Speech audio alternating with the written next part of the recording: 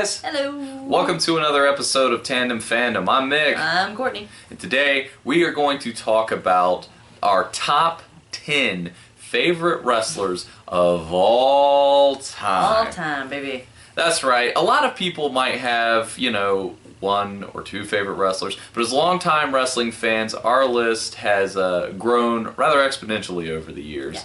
So we've done quite a bit of hard work to try and narrow it down to the top 10 guys that all time are our guys. Our personal favorites. Yeah, this list is very hard to make, and to be honest with you, it's a list that kind of evolves and changes over time. Like, one day Eddie might be on my list. Maybe. But not today. Sorry, buddy. Sorry, buddy. So, when you compiled your list, what kind of criteria did you have for determining who kind of made it in there? What's really important to me in professional wrestling is guys and girls who just really have the whole package. They have to be athletic. They have to have stamina. They have to have a good gimmick. Like, I want them to just exude these characters. I love it when they just walk out and you're like, that guy's got it. Somebody buying into that character. Like really, like Finn Balor with his demon character, or like even Fandango. It's completely not who he is as a person. Yeah.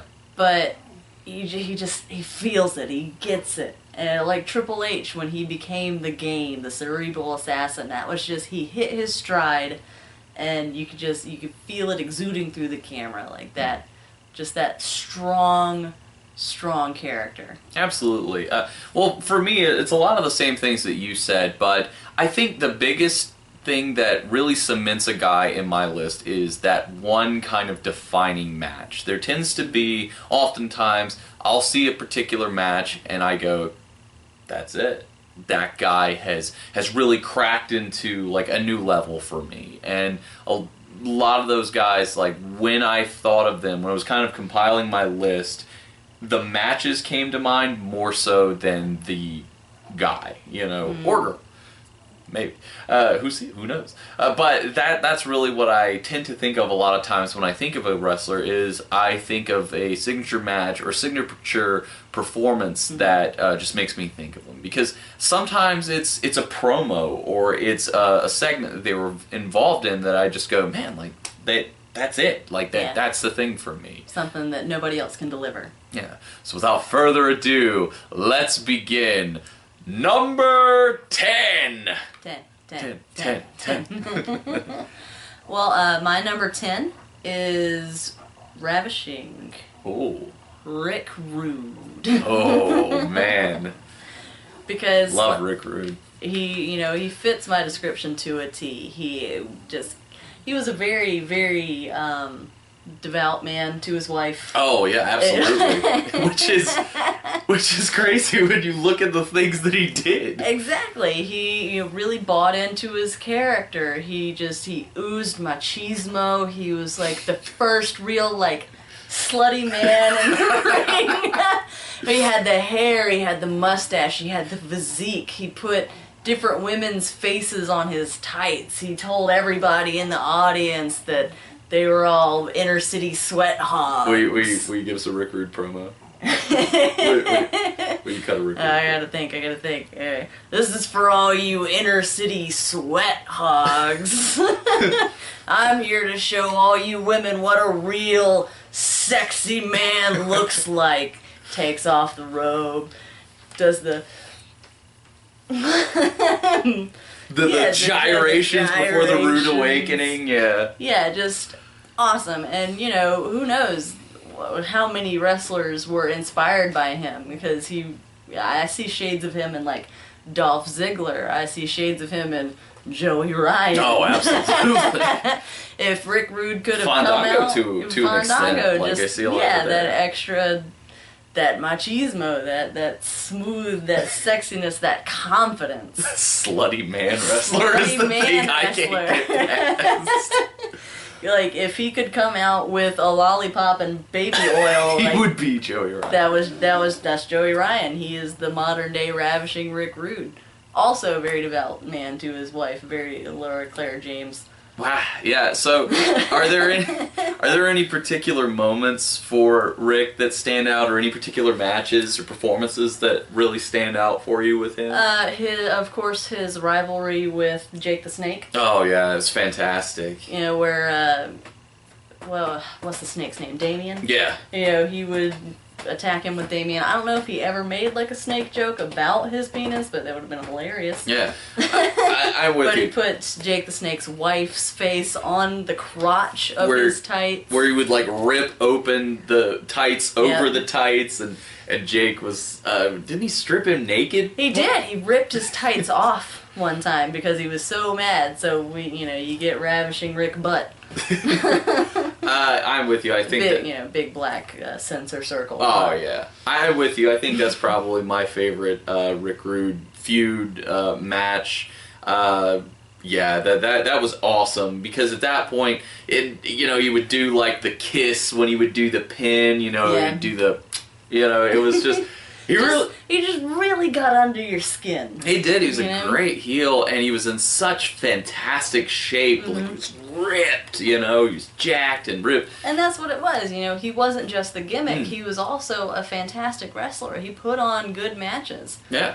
But legit badass. I mean, he and Kurt Hennig were, like, super talented, like, amateur wrestlers in Minnesota, which was really cool, I think. He was the total package. With a total package. Yeah, well, Rick Rude is fantastic. I like Rick Rude a lot myself. He's not in my list, but at number 10, I have another excellent wrestler, without a doubt, the greatest wrestler in professional wrestling. Of course, I am talking about Olympic gold medalist Kurt Angle. Oh, it's true. It's damn true. Kurt Angle is a freak. I'm going to say it. I mean, the guy is probably not human. He's very likely a machine sent from the future to kill John Connor. He won gold with a broken freaking neck. For me, Kurt Angle is just so... He's so great, man. I mean... It's like you said about character. Kurt, when he came into the business, really thought, nobody's gonna boo me, and I can't lose. Like, that's literally what he told Vince McMahon. He was like, yeah, sure, I'll do this, I just can't lose.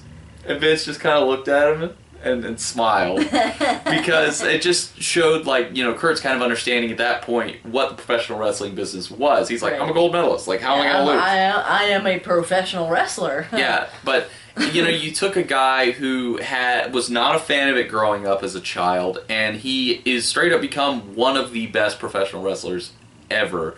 Just because of his athleticism and his drive to be great and work hard, and his character and the evolution of that over the years. His willingness to adapt. Yeah, he's constantly put on great matches. I've heard, several stories over the years where guys talk about working with Kurt, and, Kurt could overhear, like, the crowd kind of being down, or, if somebody was like, oh, I don't know, man, it looks like Kurt's lost a step, he'd be like, we're going out there tonight, and we're going to put half hour out there, they're gonna love it, and then, the guys working with this is just like, oh my god, because, like, Kurt's like, he's a machine, he just outwork you, he's so incredibly athletic. Watching him, like, I'll never forget, just, again, I think of Kurt, I think of so many great signature moments. His Iron Man match with Brock Lesnar that he had on SmackDown is one of the best matches I've ever seen in my life, and they put it an hour on SmackDown television. They were like, here you go. It was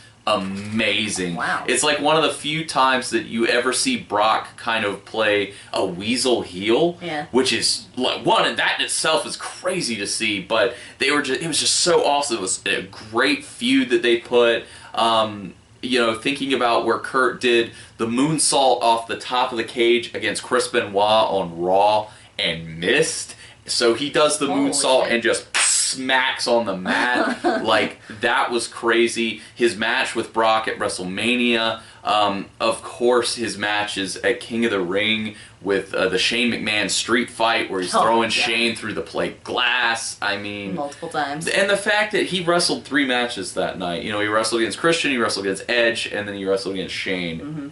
The man's a freak. One of the hardest working men in the business. You know, he has Olympic gold. He's won multiple titles leading to more gold. I mean, Kurt Angle is one of the best wrestlers ever. You know, it's true. It's damn true. He won Olympic gold with a broken freaking neck. Gold? Yeah, gold medal. Well, that makes me think of my number 9 pick. Goldust.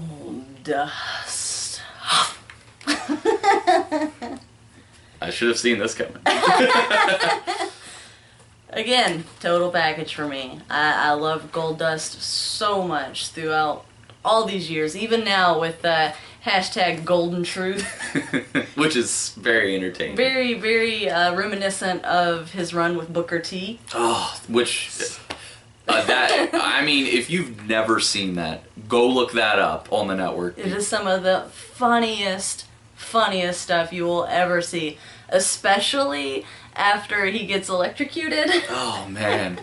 And he's kind of doing that some now, too. Yeah, like this. And to a point where I'm wondering, does anybody know what he's doing? Like, do people watching now, are they aware of what's going on? What he's channeling.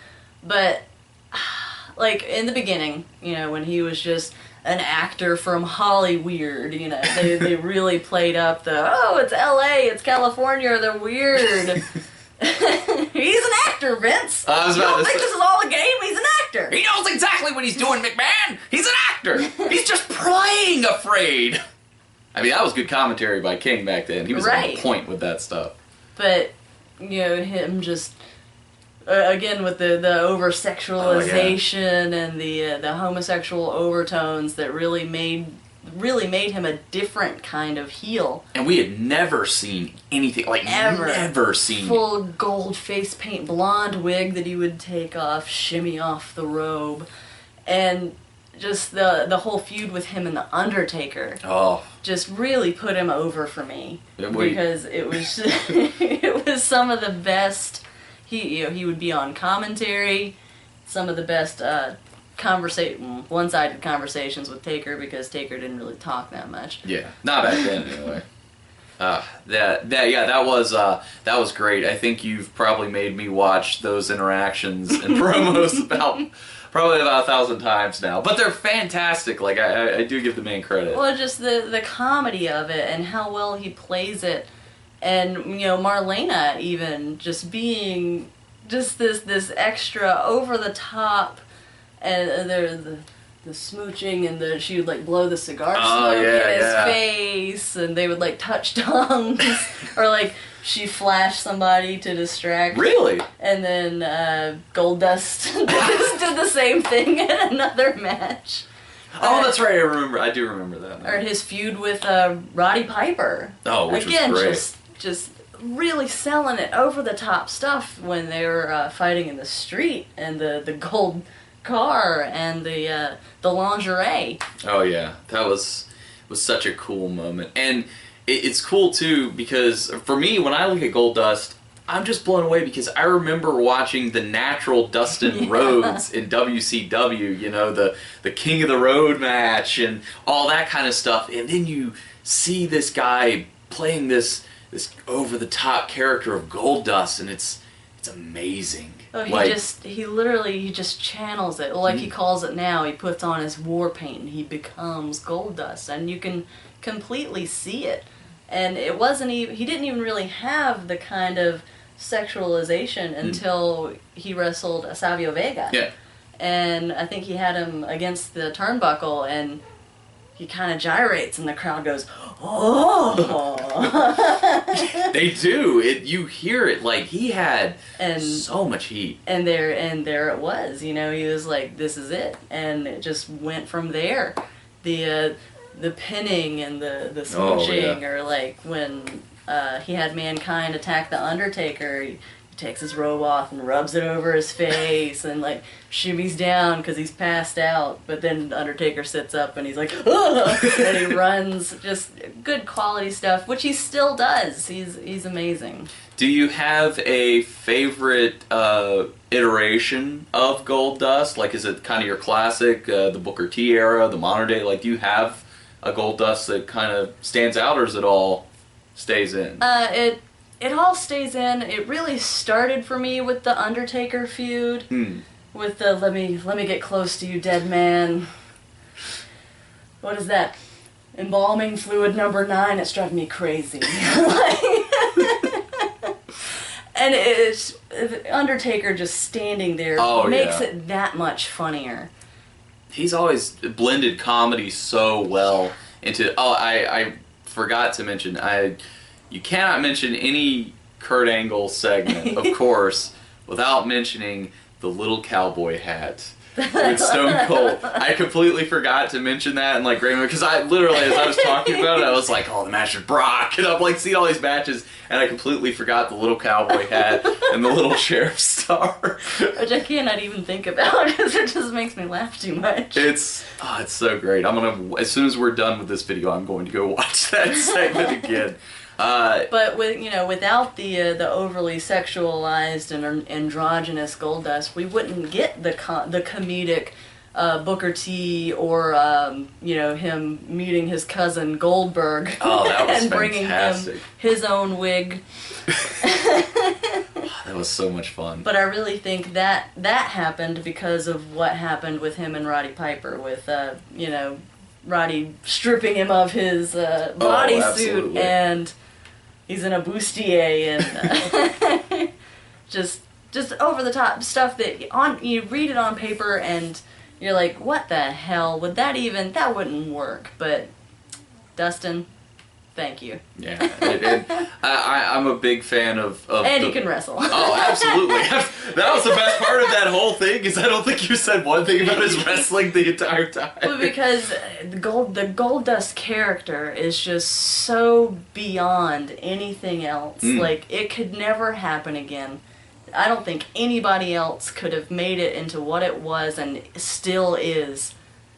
It was just lightning in a bottle. I can agree. I think it is very similar to like the Undertaker gimmick. I think the Goldust gimmick lasts the test of time because a lot like Undertaker, he's taken it and evolved it and changed it, but there are still so many core elements to it that are the same. Like he's definitely transitioned away from like the androgynous, like homosexual tones to it. He's almost like just like an alien or something. Just something bizarre. inhuman. Bizarre. Something inhuman that just is kind of figuring out how everything works. How to operate. Yeah, I can see that. And he even tried to transition a little bit more with the artist formerly known as Goldust. He went way over with that. The more edgier times. Yeah, the Attitude Era moments where... Luckily that ended, but... But he is incredibly talented as a wrestler, though. Incredibly, and he has his signature move set, where he lands on his back and smacks in the face, I can't think of the names of the moves. The curtain call. Yeah, the curtain call, the final cut, the Golden Globes, where he gets him in the corner and kicks him in the pills. Yes. Yeah, he's definitely... Speaking of Golden Globes, be sure you look up his magazine spread with Marlena in the old magazines. Awesome photo shoots. Well, when he won the IC title, he took some nude photos with the belt, So bizarre. He's a very giant man. Speaking of bizarre, my number 9 is a certified legend. In more ways than one. He's a WWE legend, but more importantly, he is a hardcore legend. And I'm very happy to be here talking about him right here on YouTube. Of course, I'm talking about the human cannonball that is Mick Foley. Ooh, have mercy. Bye-bye! I cannot put into words how much love I have for the man that is Mick Foley. It's true. She has heard me talk about how much I love Mick Foley as a human being and a wrestler so much. And it's true. I don't disagree. Everything that the man has ever done is gold. So he just pours himself into his characters. He is, and one of the things that I want to put out there right now, because I don't think it's said enough, you know, yes, he is a hardcore legend. Yes, he has done, you know, some of the most insane and over just amazing feats of like, how is this man alive and walking? He is, I'm going to say it right here, Mick Foley is a good wrestler. Absolutely. He knows how to tell a story through wrestling. Granted, he's not going to be doing like Mac classics, but he does exactly what he needs to do. And he's got, much like you said, he's got his signature stuff that he does. And that elbow off the apron of the ring as a finish, like in 92, that's nuts. Like, nobody thought to do that, but Mick was constantly thinking outside of the box. And he said himself that, you know, I didn't have the best physique, I didn't have the best look, I wasn't the best wrestler, but I knew that I could withstand pain and had a higher pain tolerance than most people did. As such, I was able to put my body in more precarious positions to tell a story. And I think that's what really sets Mick above and beyond in so many ways as a performer. And just his creativity with the different characters that he's portrayed over the years, you know, with Cactus Jack, with Dude Love, with Mankind, and even being Mick Foley, because I think Mick Foley, yeah, which is some of his best work. I mean, he looks to it as the best work of his career as being the commissioner. He said, I had the most fun. I didn't have to get beat up. You know, I had to show up late, leave early, and you know. But again, like I said, I think of the moments before I think of the man.